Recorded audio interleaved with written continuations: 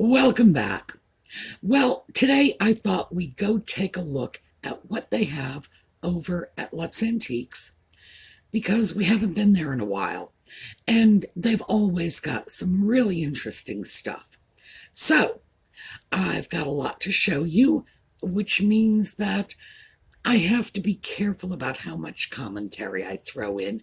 Can't spend too much time commenting on the pieces if I'm going to get through all of this. So, when we come back, we will get started.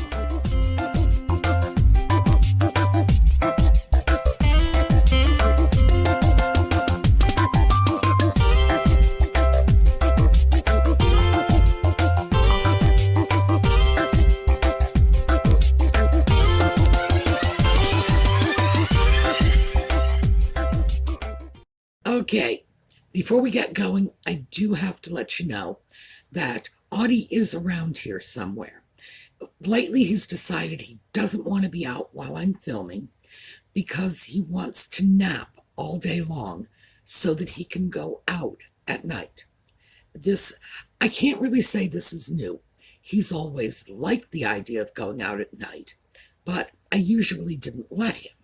Now, many of you know, most of you I would hope at this point know that Audi was a stray. That's how I got him. He showed up to eat the cat food I put out for the stray cats, which I can no longer do because this is Audi's territory now, and if there's food out there, he will aggressively protect it. Fortunately, the horse farm up the street started putting out food for the cats just about the time I took Audi in, so cats are being cared for. It's just half a mile up the road, which, by the way, is nothing to a cat. The average domestic cat's territory is a radius of about 3 miles from wherever their home base is. So for Audi from here, it would be like downtown Carlisle or Boiling Springs or, it would definitely be the next town over. So, this is why I always have trouble with Audi wanting to go out, but for the last couple of months, he's just refused to go out. I don't want to go. I'll open the door. He'll look at the door. It's like, no, I changed my mind and walk away. But now he's asking to go out at around 5 or 6 o'clock at night. And because we're coming up on the shortest day of the year, it's dark. So he's sleeping all day so he can do his little outie at night. And we go through the same thing every time he wants to go out. I say, you have to have a flasher. He says, no. I say, I'm not opening the door. And he says, okay, I'll take the flasher. Then he goes to the door and I tell him he has to be back in an hour. And he said, no, I want 2. And then I say, an hour or you're not going out? And he says, okay, fine, an hour. I let him out and he stands on the other side of the door and says, I'll be back in 2 hours. So that's life with a cat. But because he is a black cat and it's after dark, this is what I do. Put these little flashers on his collar. Let me see if I can get this, because it's designed to show up at night and not in the daytime like this. Can you see that light? It's very hard to see in the light, but believe me, it shows up beautifully after dark. But because the little scoundrel is taking 2 hours instead of 1, the flashers don't always hold up for the whole 2 hours. That's why there are 2 of them on there. And so he'll have his flashers, 2 flashers. If the batteries die out on one, the other one will keep him going. He does come back at 2 hours. He won't even take 2 hours and 10 minutes. He's back 2 hours trying to negotiate with him, not having it, but I keep banging my head against the wall. I've never yet won an argument with this cat. I don't know why I bothered to try. So when he comes back in, I take the flashers off, dump the old batteries, and replace them with brand new batteries.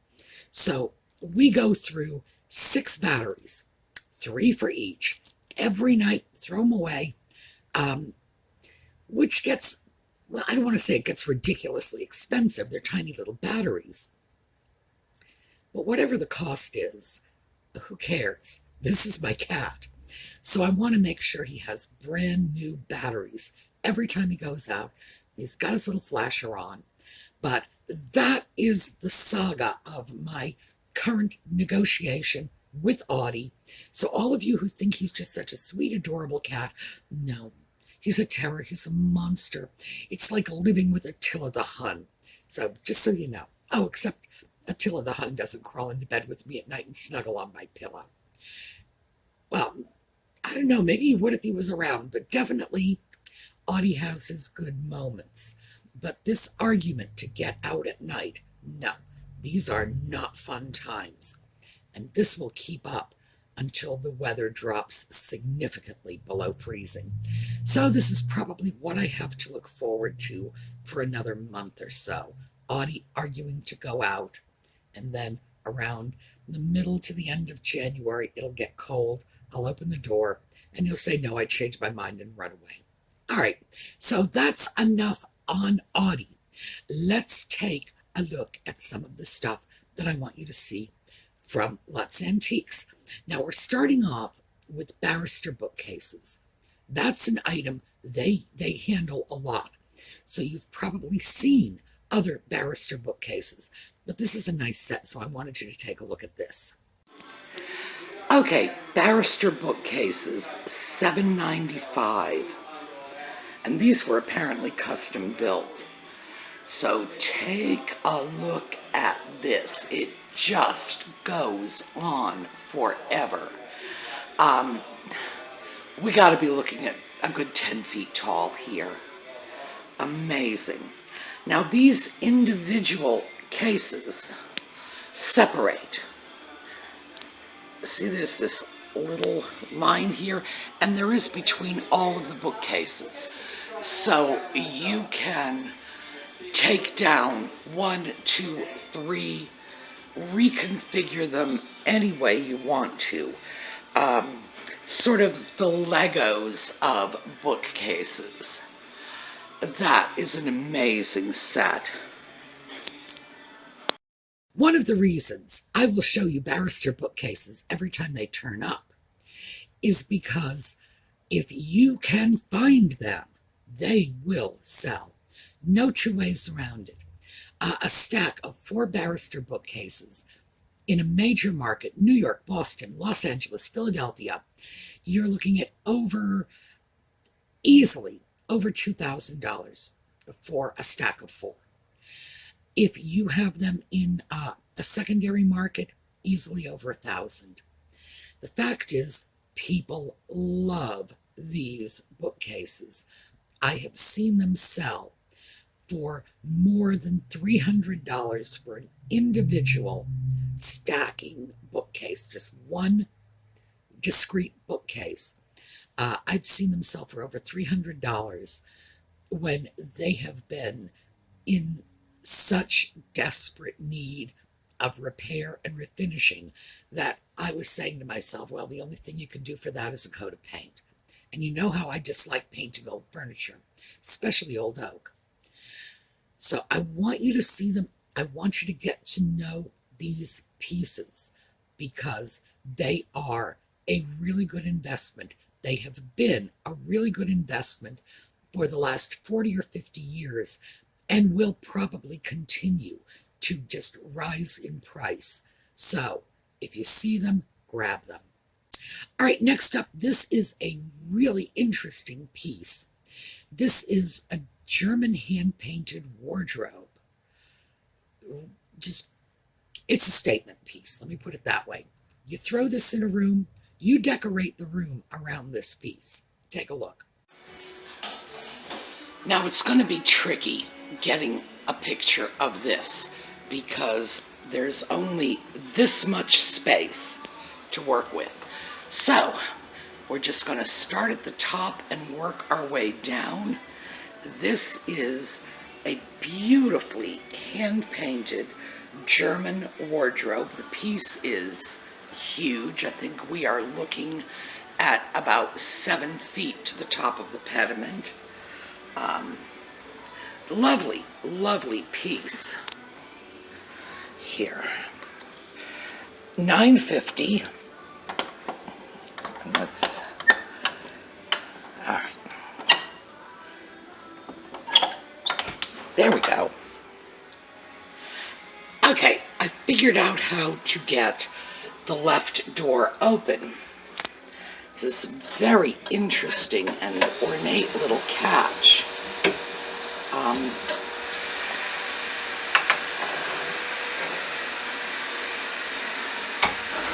And then it just slides in.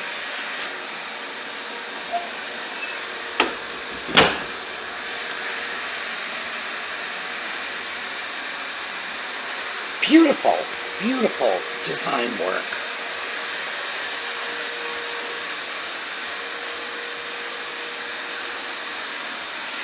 In the right room, this piece would be absolutely stunning.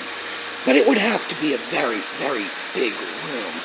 And I have a feeling that anything else you put in a room with this would just get lost in the shuffle. Now that's wonderful. That's not my style. And if somebody handed me that piece, I don't want to have to decorate around it, so I'm not sure what I would do. I think of that as like Versailles furniture. You know, you need 15-foot ceilings, you need a massive amount of blank wall space, you need like just a fantastic amount of space to house the piece. On the other hand, if you have a giant family room, a wardrobe like that can hold your entire entertainment center. That used to be a thing back in the 80s. Nobody seems to be doing that anymore. I'm not sure why. I think it's because the televisions are too big to stick in there now. But that was definitely a thing, these TV armoires. That would be a great place to house all the stuff one keeps in a family room. You know, the tapes or CDs or whatever, vinyl records, who knows what. The kids' games, and even, you know, the kids' play clothes, who knows. Beautiful, beautiful piece. Not the sort of thing you see every day. One of the great things about Lutz is the stuff you see there, the stuff you really don't see anywhere else.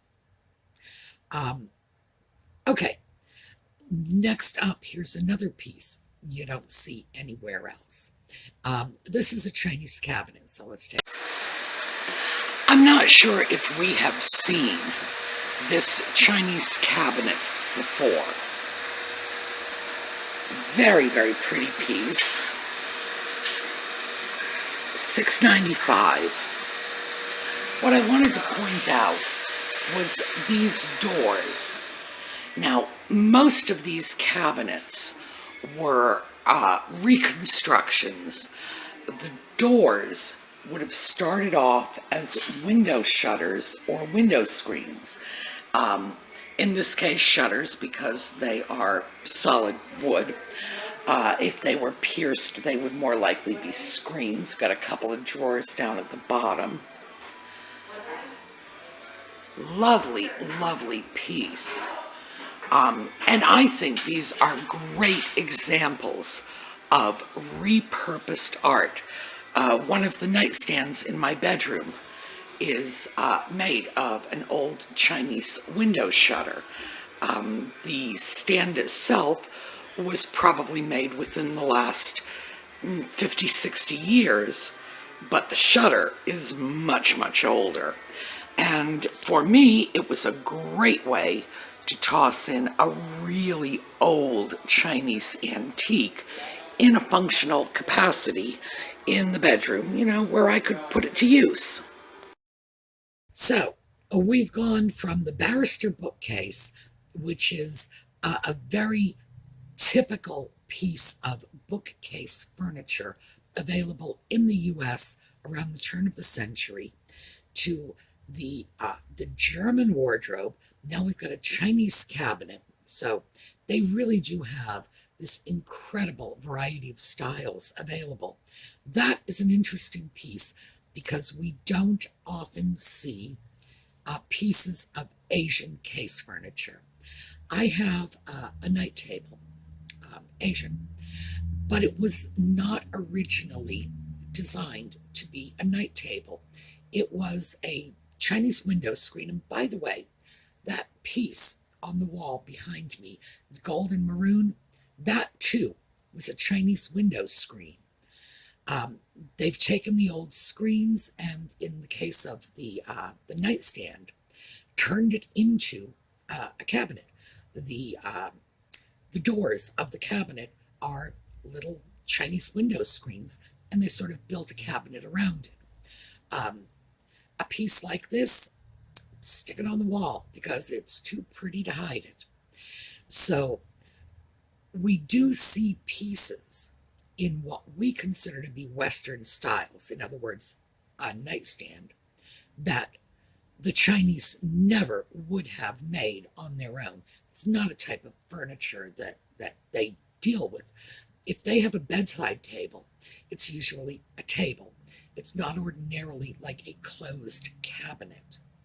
So when we find Chinese style cabinets, most of the time they are either modern or rebuilt from other Chinese pieces. And keep in mind, some of those pieces are staggeringly old, because the Chinese, if we say old, our country is 250 years old. If the Chinese say 250 years, it's like a joke to them. It's like yesterday.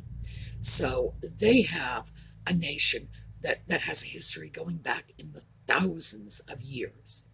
So their sense of what is old does not line up with our sense of what is old.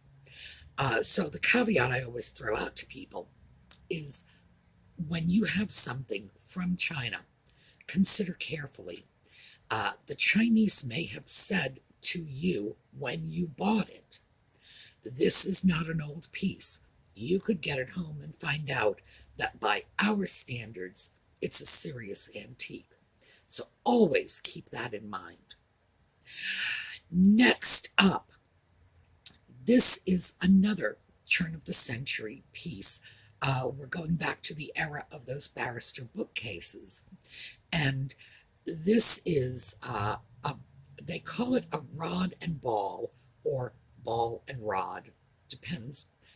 The words will be there. They just might be in different orders. It's late Victorian in style.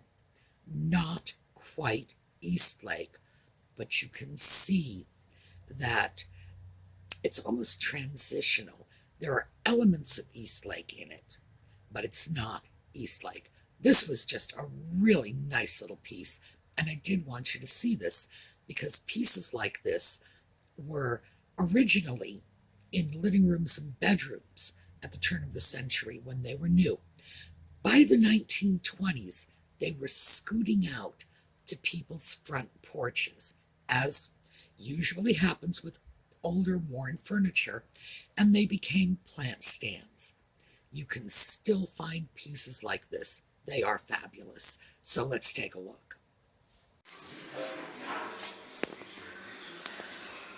Well, let's take a look at this. $55. This is a Victorian, they're calling it stick and ball. I've always heard it called rod and ball. Same thing. Beautiful little stand. I think it would make a great end table. And the condition is really good. All of the little rods are intact. All of the little balls are intact. Really, really pretty piece. Let me turn it back around so... There we go. I don't want to hide the price. $55. A steal. Now that is a piece I could live with, because, as you can see, it goes well with Eastlake. I could throw something like this into my living room and it would live very happily among the Eastlake pieces. 9 people out of 10 would not say, oh, that's a very different style.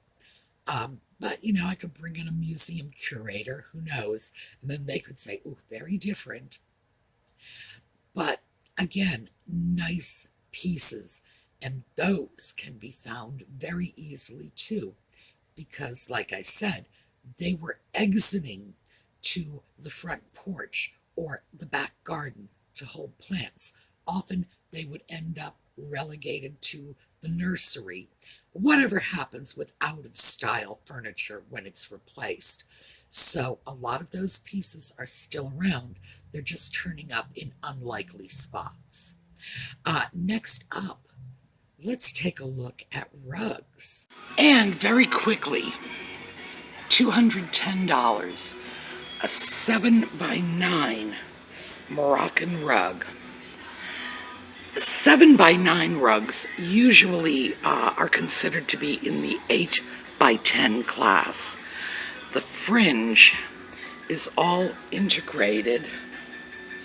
See, it's not applied fringe, it's just woven right in. It's usually the mark of a handmade rug. And this one, this is nice. This is cheap. I mean, this isn't just a bargain. This is like way beyond bargain. Now, Lutz has some fantastic rugs. They're all over the place. One of the things I seriously regret is having all the rugs I need, because, believe me, if I were rug shopping, that would be the first place I would go to, because they are everywhere. Beautiful pieces and just, oh my goodness, heart attack low prices. I see some of these and it's like, oh, because I did all of my rug buying in New England.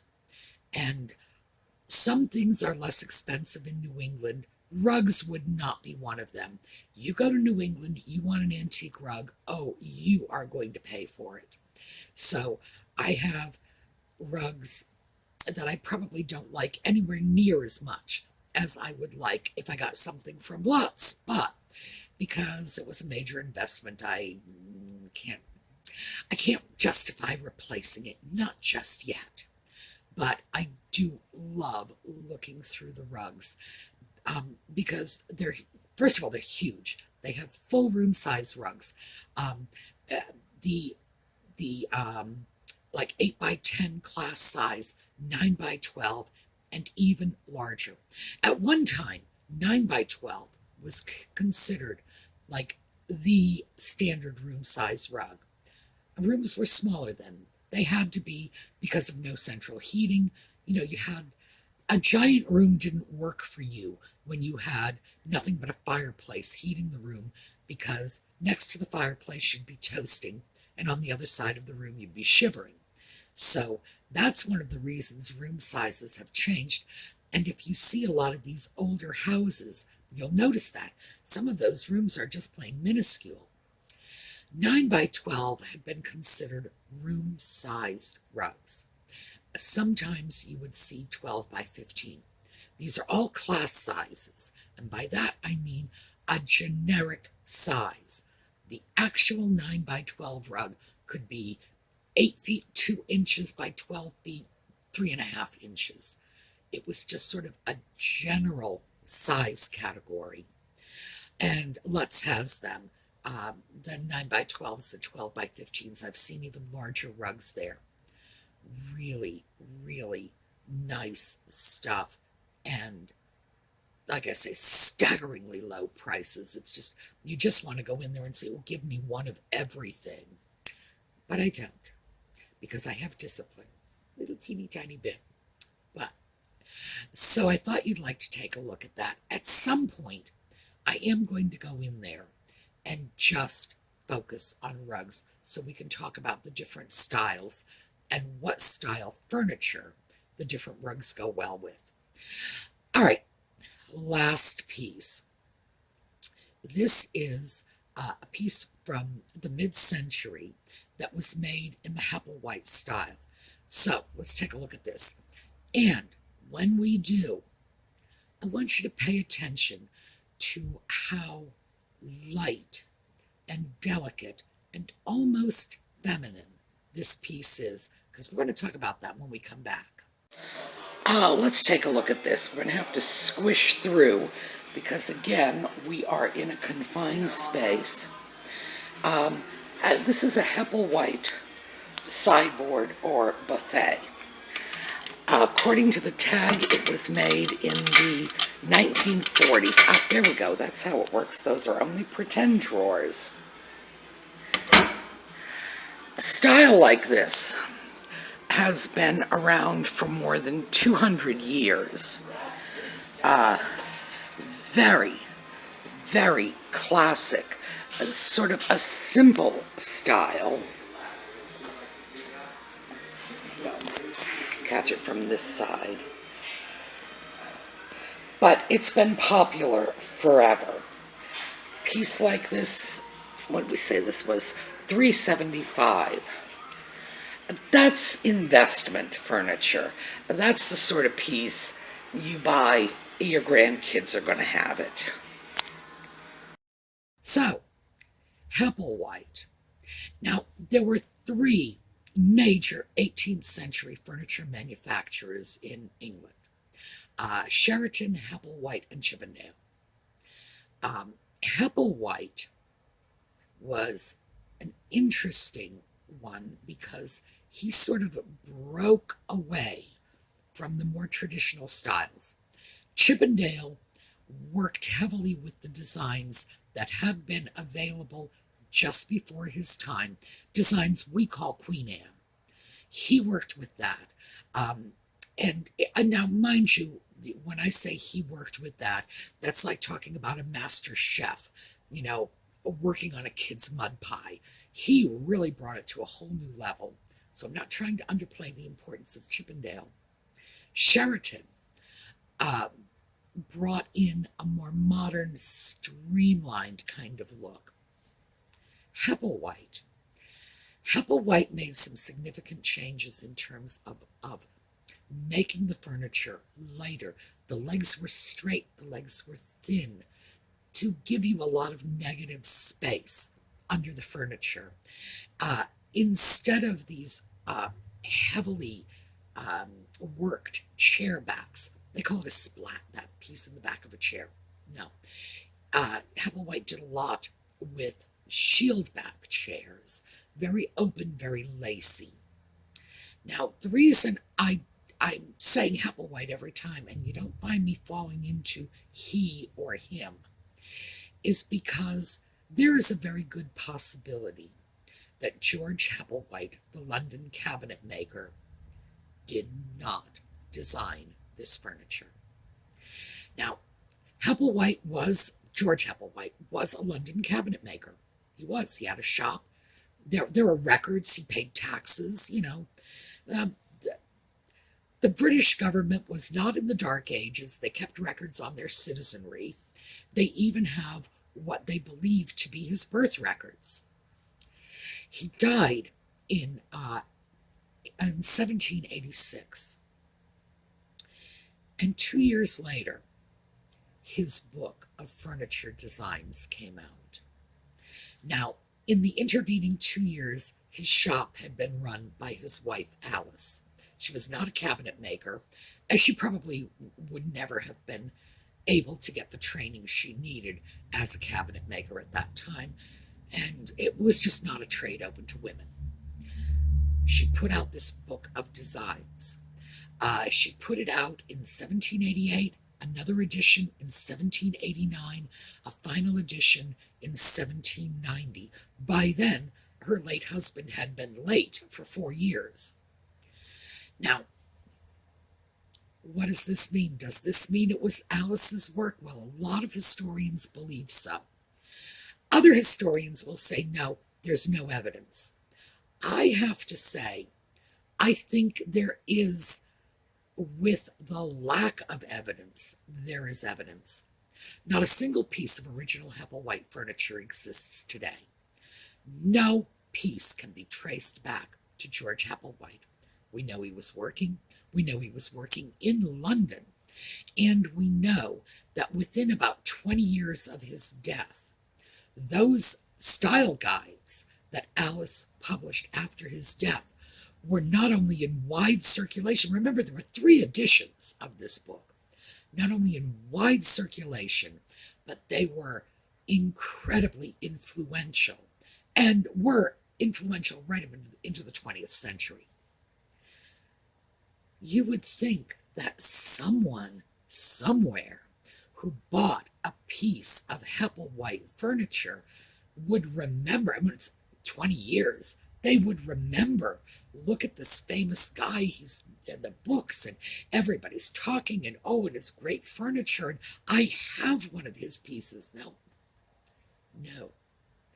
none of it exists. And of course, none of the designs were published in Hepplewhite's lifetime. Now, to me, that lack of evidence is very suggestive. The reason we probably don't have any actual Hepplewhite pieces is perhaps we do, but they don't conform to that style guide, so they're not recognizable as Hepplewhite pieces. Why? Because they would have been made by George and not designed by Alice. I say yes. I think that the historians who say it was Alice are probably right. If it had been Alice putting out her own work under her husband's name, she would not have been the first woman. And at that time, the concept of femme sole, that's a woman living by herself, there was a huge thing in the U.S., not so much in Great Britain, but women by themselves, widows, single women, whatever. That was a thing here. Women were allowed to own and operate businesses. Back in London, it wasn't so acceptable, but that's always the way. The colonies are always more open to this sort of thing. So, my take on it is we have no so-called Hepplewhite furniture only because anything we have made by George Hepplewhite would not be recognizable because it wouldn't have been Alice's designs. Alice's designs came later. The fact is that none of these brilliant designs came out in his lifetime. If they had, well, the genius would have been recognized because it was recognized the instant Alice put those books out. 3 editions in 3 years. That tells you how very successful the publications were, how much people loved the designs. If he had been putting out furniture like that, sure, it would have caught on, and it would have caught on long before his death, don't you think? So I believe the absence of evidence creates a body of evidence, and of course, I like the idea that a woman would have been responsible for one of the major furniture trends of the 18th century in England. It's my own little prejudice. But I am Team Alice on this one. And the reason I asked you to take a look at that piece and notice the almost sort of feminine design, that, although it's not evidence, to me is very suggestive. Hepplewhite furniture looks like it was designed by a woman. Oh, here, come here. Somebody got up and decided to come in after all. Audie, say hello. He's half asleep. He just woke up. But, all right, I'm going to, yeah. You want to see them? Yes. There you go. I'm going to let you go. Yeah. So, Audie is here, and you got to know that come 5:30 at night, he's going to be whining to go out all the same. All right. Remember, the giveaways are still going on over on the SueMe's Angels Facebook page. Go on over, sign up for the giveaways, stay for the fellowship. The great group of people over there. Slideshow on your way out. And I will see you all tomorrow.